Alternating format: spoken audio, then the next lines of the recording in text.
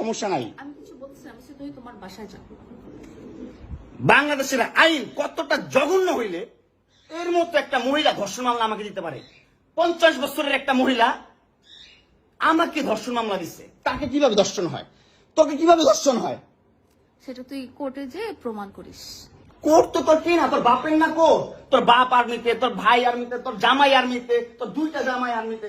তোর তো আইন কি না? আর আমরা তো গরিব মানুষ, আমাদের তো সময় না, আমাদের তো এই সমাজে কোনো ছাই নাই। আমরা তো সমাজের ময়লা আবর্জনা, আমরা এই সমাজে। আর তোরা হচ্ছিস সমাজের অনেক উচ্চ মানের মানুষ, অনেক ক্ষমতাবান মানুষ, এই জন্যই নাকে দড়িটা ঘুরাইতেছিস আমাকে, তুই বুঝছিস? হ্যাঁ, বিএমডব্লিউ নিয়ে যোগ্যতায় চালাই, তোর টাকা দিয়ে চালাই না, যে যোগ্যতা চালাই, কামাই করে চালাই। হ্যাঁ, বড়লোক হইতে পারবো না? কোথাও লেখা আছে গরিবরা বিএমডব্লিউ চাইতে পারবে না, গরিবরা বড়লোক হতে পারবে না? কোথাও লেখা আছে? হ্যাঁ, কোথাও লেখা আছে? নাহলে ওই মেয়েদের বাসায় যাও, নাহলে নরসিংদী যাও, যেখানে যাচ্ছিলে সেখানে যাও। তোমার কাপড় চোপড় নিবা? অবশ্যই নিব। দাও, ব্যাক করে দাও।